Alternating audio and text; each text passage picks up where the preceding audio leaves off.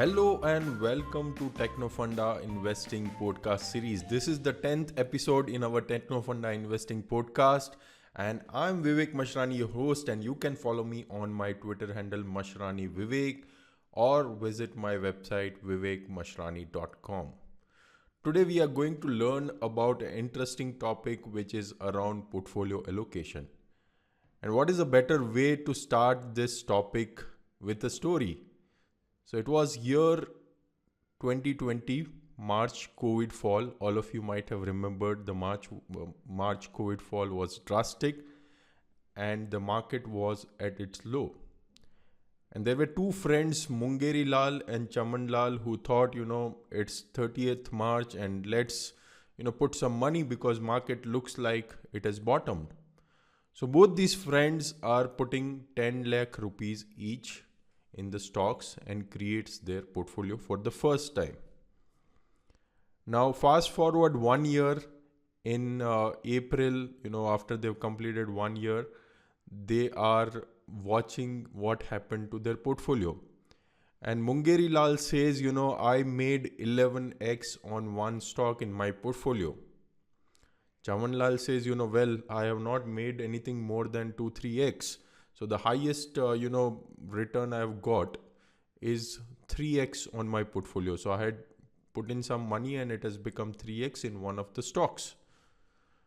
So now question to all of you is, who would have earned more money, whether it is Mungeri Lal or Chaman Lal? So Mungeri Lal made 11x on one of the stock and Chaman Lal made 3x in one of the stock. That is the maximum return in the portfolio of that particular person. So I'm sure a lot of you might have told and thought about Mungeri Lal because he has made 11x in one of the stocks. But the answer is it depends upon how much those guys have allocated on that particular stock. Now in reality, Mungeri Lal just put in 1% portfolio allocation to that particular stock, which became 11x. So his 1% actually gave the profit on the portfolio of 10% because that is what it multiplied. While Chaman Lal on the stock which became 3x, he had put in 10% of capital. So in a way, he generated 20% of portfolio returns from that stock which gave him maximum returns, while Mungeri Lal just made 10% return, although it became 11x. And that is the power of thinking about portfolio allocation. And that's what we are going to learn in today's podcast. It's going to be very, very interesting. And not many people talk about it. People just chase what are the portfolio returns in terms of the multiplier, right? So they just focus on multi-bagger returns. But they don't think about if you actually find a multi-bagger, are you allocating enough to that particular company or stock in your portfolio? So that is what we are going to discuss, and we will answer a lot of your questions which you might have. How many stocks you might need to put in a portfolio, whether concentrated portfolio is better or diversified portfolio is better, how to ride winners, how to compound your money effectively, what are the ways in which you can increase your allocation, how to think about sector tailwinds, how to manage your risk. So all these kind of questions in today's podcast, it will get busted forever. Yeah, so if you are ready for this, let's start with the first question which a lot of you might have. A lot of people ask me as well in DM, on Twitter. They just message me that Vivek, how many stocks should be there in a portfolio? So my answer is very simple. It is based on who you are and what is the kind of risk you are able to manage. If you are somebody who has a stable job and if your overall things are taken care, you can go slightly concentrated. And if you are risk averse, you are very conservative, you don't know much about equity investing, you can go slightly diversified. Having said that, too many portfolio stocks is also dangerous. So the ideal, there is a study where it sees the what is the benefits of diversification on addition of each new company in the portfolio, and that study statistically says that between 15 to 25 stocks in a portfolio, the diversification is perfect. So each new company you add, it actually helps you diversify your risk more. But beyond 25 it doesn't help much, and below 15 it gets too much risky. So ideally, again, I follow in my approach is around 15 to 20 companies, and that is the sweet spot. 15 to 25 companies is a decent balance between very high diversification and very high concentration. If you are too much into it and you have that kind of risk profile, you are able to take risk. I've seen people even making a portfolio of 10 companies, but I believe that kind of is too risky, particularly if you are not full time and you are just getting started. It's prudent to have a reasonable diversification. Now, a lot of people have portfolio stocks of like tens and thousands of companies, right? So they have like 100 companies. I've seen people having 200 companies in their portfolio, and that is just not what it should be, right? And even surprisingly, some of the mutual funds also I've seen like having 40-50 companies in the portfolio. So if you have those kind of portfolio, I'm sure the maximum allocation will be like what, 1 or 2-3%. And even if something in your portfolio runs and it becomes 2x 5x, as I mentioned in the story of Mungeri Lal and Chaman Lal, nothing is going to happen in your portfolio, right? So the idea is you need to have your winners backed by capital, backed by reasonable allocation. Then only things will change in your life. So now the question you need to ask is, when you are allocating on any company, and even if you are thinking about concentrated versus diversified portfolio, the biggest question you need to ask is, does it make big difference to my net worth if this stock becomes 5x or 10x? You have to ask each time when you are allocating capital on one particular company or a stock. You have to think that if this stock becomes 5x or 10x, whatever time frame it may be, 2 years, 5 years, will it make big difference to my net worth? Will it make big difference to my overall lifestyle? Will it change my overall trajectory in terms of my finances? And if your answer is no, that means you are under allocated. So there are 4 kind of common mistakes which people make. First is under allocation. So they know the story, they probably are convinced about the company, they have analyzed it well, but they will under allocate. So the idea is really good, it can become 5x 10x, and what they will allocate is just 1%. So, and even if they become 10x 11x, it doesn't move the needle, right? Second thing what people do is over allocation, because they have just researched, they got some tip, and they are still not convinced, but they feel, I want to make quick money. So they put a lot of money behind it. That is also wrong, right? So we have to be balanced in our approach, what we are allocating and what is the kind of probability of success. Again, there is no surety that that company will become 5x or 10x when we are analyzing. But what we have to think about is how we can increase the probability. If the probability is very high that this company will become 5x or 10x, then it should be backed by capital. And I'll tell you a method in the end how I go about it, so that even if something goes wrong, you can save yourself. It's more like a risk management strategy. At the same time, if it is working for you, how you can make it big. So I'll tell you during the webinar, during the podcast, how to go about it.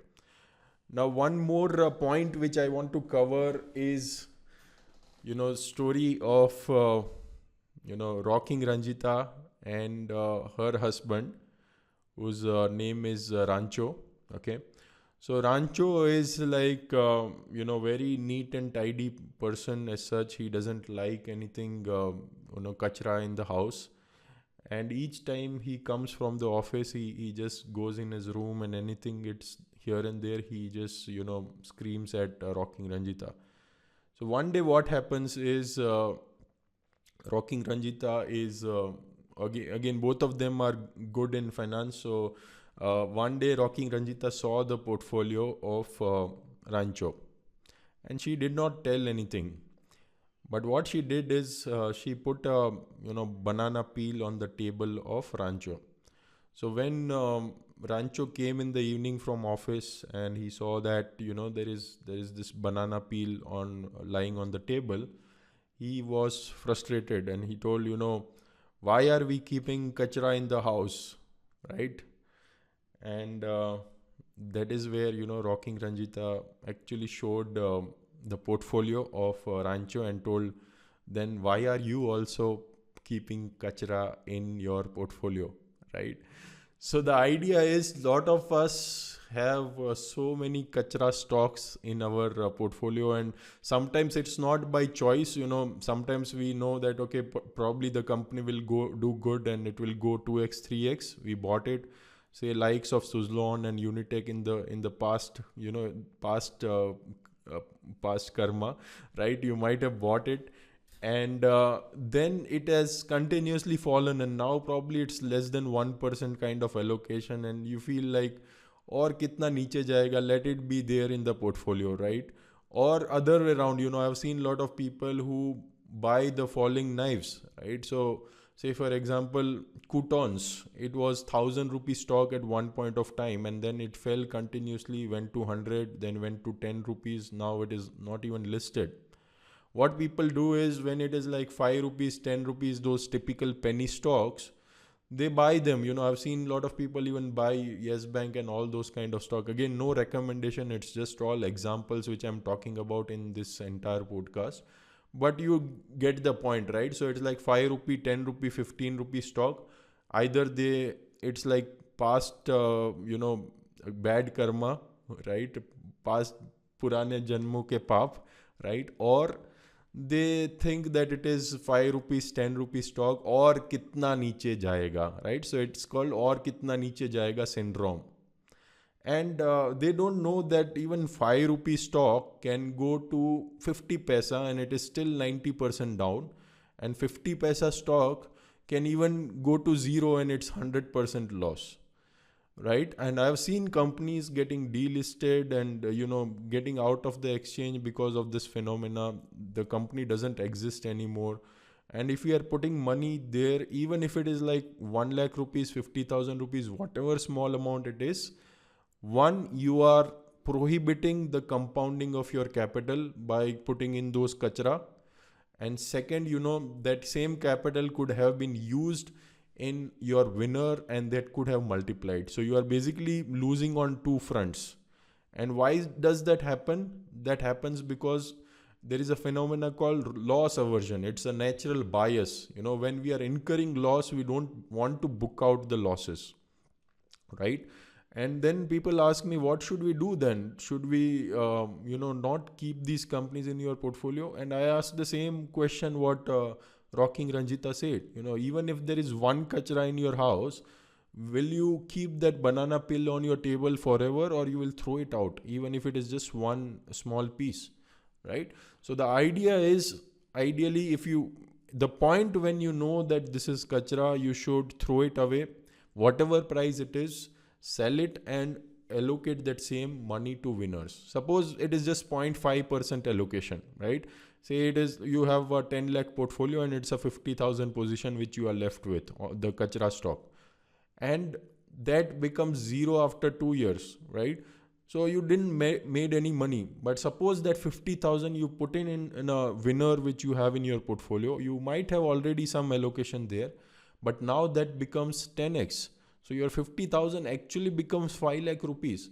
So even though it might sound as small amount, but if you are actually able to move that to your winners, that is where it will create drastic difference. So what should one do? Ride your winners, ditch your losers, and whatever capital you are getting from those losers, just allocate back to your winners, and never buy a kachra fresh, right? You don't go in the market and say ye kachra hai, let me buy it, even though it is like almost free. You don't take those kachra at your home, right? So that is exactly same you need to think about when it comes to investing. Okay, so hope the overall idea is clear. Hope you understood what I'm talking about. So now let's think about a very, very powerful concept which is called 80-20 principle. Okay. So most of the times if you see your portfolio, 80% of the stocks will be contributing to 20% of your profits, and 20% of your stocks will be contributing to 80% of your profits. So the winners will be always very, very scarce in your portfolio. It will be like 10 to 20%. If you are holding, say, 10 to 15 company portfolio, you might have 2 to 3 winners at max, or 4 winners at max, right? You will not have all 10 companies running and making multi-bagel returns. Yes, of course, it might be 1x, 2x, 3x, but those companies who make 40x, 50x, 100x, those will be rare, and even if you see the entire universe of BSE and NSE stocks combined, out of those 3 to 5,000 companies, there are only 400, 500,000 decent companies where people have made decent money, right? Rest of the 80% of the companies have not generated decent returns. So that is where it is very important to understand this 80-20 Pareto principle even in your stock portfolio. And if you think about all the investors, big investors who have made good money, you think about Rakesh Jhunjhunwala, what all stocks he has made big money. You can count it on fingertips, in fact. So Titan and CRISIL are only two big winners which has transformed the life of Rakesh Jhunjhunwala, right? So as of now, I think the net worth of Rakesh Jhunjhunwala in terms of the portfolio stocks is 15 to 16,000 crores approximately. Again, I'm not 100% sure, but out of that, Titan itself is worth more than 7,000 crores. More than 50% of the overall net worth is just in one stock, Titan. Okay, and it has become what it has because what Rakesh Jhunjhunwala has done is let those winners run, and he might be putting small allocation, 5 crore, 50 crore, 100 crores here and there. But if you observe, he will not increase the allocation to the companies where it is not moving in his favor. So naturally, you have to follow the same principle, right? As I said, keep riding your winners, even though, the allocation increases, it's perfectly fine. So that is what Rakesh Jhunjhunwala did. If you think about Ramdev Agarwal, I think again same story. The biggest gain he has made is I think in stocks like Hero Honda and Airtel, and I think Hero Honda he was holding until 2015, and it became from I think 30 rupees to 2,600 rupees, right? And I think he's still holding in one or other PMS if I'm remembering correctly, right? So these all guys understand these principles. Even if you think about Warren Buffett, the biggest allocations are probably in 3 to 4 stocks. If you think about Apple, Amex, Coca-Cola, I think these are the biggest allocation what he has. Others are very, very small allocation. He just experiments those situations, and then, basically whatever is running in his favor, he keeps let them run, right? So that is very, very important principle you should keep in mind. So logically, your highest winner or the biggest gainer should have highest allocation, and your highest loser should have lowest allocation, ideally 0. You should ideally kick it out from your portfolio, right? So that is around the 80-20 principle. Now let's jump into how to compound your money, and then, let's connect it back to the portfolio allocation part. Now, anytime when you are analyzing a company and you are thinking about investing, for a retail investor, if you want to compound decently, what you should keep in mind is 25 CAGR compounding formula. Okay. And if you go to my previous podcast where I've taken a session on how to, make 100 crores out of 10 lakh rupees, you will find this entire thing. And there is a similar presentation made by Ramdev Agarwal on how I made 0 to 1000 crores. So he actually shares his journey from 0 to 1000 crore, how he was able to make. And I will highly recommend it. I'll probably share the presentation link below the podcast. You can grab it once you listen to this podcast. And the formula is again same. What I've talked about in that podcast is that you need to think about rule of 72. So rule of 72 says that if you divide your percentage return to 72, so 72 divide by whatever return you are getting, it will give you the number of years approximately in which your money will double, right? So if you think about 72 divide by approximately 25%, then what it means is your money will double in every 3 years. So same principle you have to apply when you are analyzing and you are thinking of allocating capital to the companies which you are analyzing, right? So ask yourself, will this company become 2x in 3 years? Will the earnings become 2x in 3 years? And what are the chances that other factors like, PE re-rating and everything, if considered, whether this company can become 2x in 3 years? And again, as I said, there is no 100% guarantee in stock markets. It is probability. It might happen, it might not happen. That is secondary.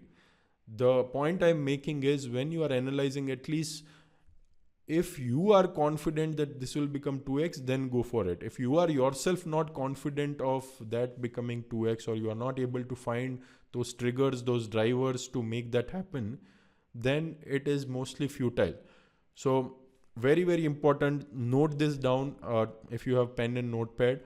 Ask yourself, will this company become 2x in 3 years? Every time when you allocate, and same decision you have to keep repeating, and then you will see how beautiful your portfolio becomes over a period of time, right? So this is more like a litmus test, and you can use this also for reviewing your portfolio. So when you have already bought the company thinking it will become 2x in 3 years, it has already been 2 years.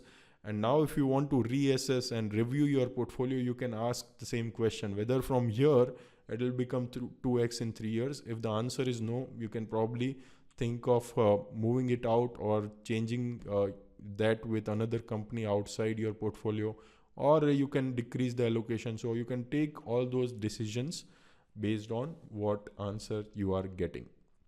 Okay. So that is more like a 25% CAGR compounding formula. And if you are able to do this again and again, I'm sure, that will change your life. Okay. Now let's come to sector tailwinds and market leaders. So in order to get benefit from, what is happening in sector and how the entire sector is moving, it is very important to again think about what are overall sector tailwinds, whether there are any benefits that the companies in a particular sector getting. So you might have seen my video in 2018 on chemicals, and that time so many tailwinds were there. There were China issues going on, so Indian companies were getting benefited. The supply chains were changing. There are a lot of factors in terms of strength of these companies. They were moving up the value chain, and all those things I've covered. I'll probably share a link of that video also below this. But fast forward 2-3 years, where this entire sector has gone, right? So a lot of companies have become multi-bagger, 5x, 10x in that sector. And same way, I created a video last year, March 2020, I think April 2020, on API companies, on pharma sector, what things are moving and how the entire sector is playing out. And fast forward 1 year itself, that a lot of companies created multi-bagger returns in that sector, right? So it is very important again to think about overall top-down approach, see how the entire sector is doing.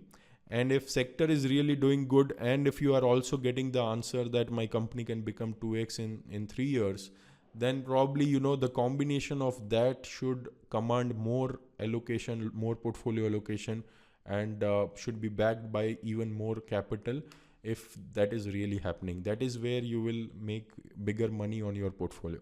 And also you can think about choosing market leaders in each of the sectors which you are playing out, because generally, top one or two players in the sector will be strongest.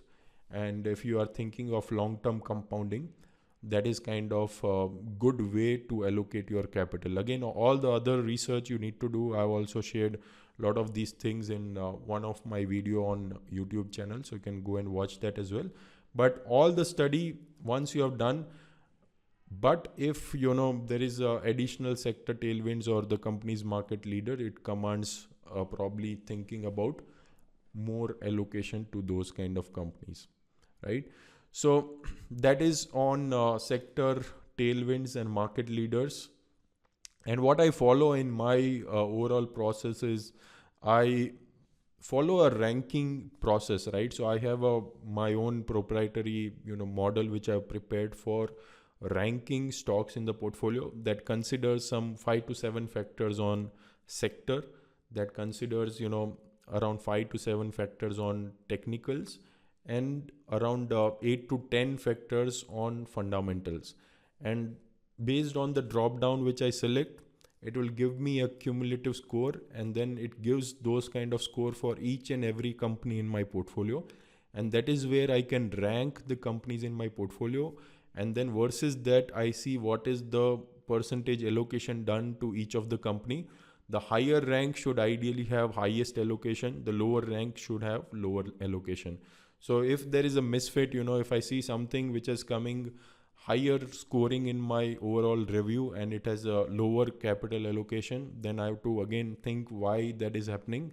And same way, other way around, if the rank is actually lower but my allocation is higher, then again I need to stay cautious and probably I need to rotate some capital from that to the stronger players in my portfolio, right? So that is the kind of ranking methodology I've developed. That is my own brainchild which I've developed over the years. Now a lot of experience I have, like since 12-13 years I've been into this field, and I kind of keep on developing these kind of objective ways in which we can take our portfolio decisions. Now, two more common mistakes which people do in terms of portfolio allocation.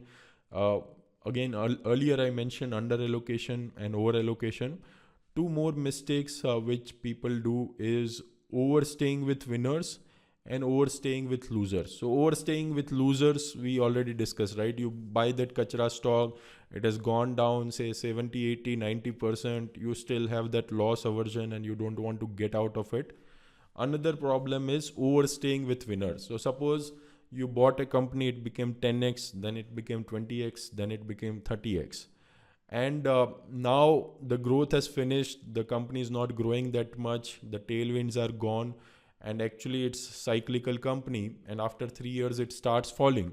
And we might have that bias that, okay, since it created big wealth for me, let me hold it up. And sometimes even we top up, so every fall we keep on buying and averaging down. That is like the worst mistake you should make, right? So don't do that. And the idea is you should have exit strategy in place.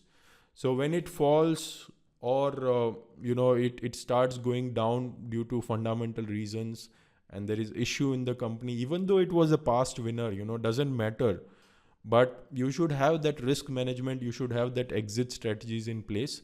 And personally, I use various indicators to take these kind of exit decision so that, at least I protect my compounding. So if I've done my compounding for a few years, at least I take that back and I can reuse that capital to compound further, right? Otherwise, what will happen? You made 1 to 10x and that falls again 90%. And if you keep averaging down, you are nowhere, right? So although you had that winner in your portfolio, it doesn't create any impact on your overall net worth, right? So that is very, very important point to note. Another point which I want to cover before we jump into the next part is the same story of Mungeri Lal and Chaman Lal. Now, both of them probably, had put in 10 lakh rupees each to create a portfolio in March 2020. And coincidentally, both of them doubled their money, right? So they got 100% return on their portfolio. So Mungeri Lal made from 10 lakh rupees to 20 lakh rupees. Chaman Lal also made from 10 lakh rupees to 20 lakh rupees. Now, my question is, who will be better off in terms of their lifestyle? Again, the answer is it depends how much percentage of their overall net worth they have put in into the stocks, right, or their equity portfolio.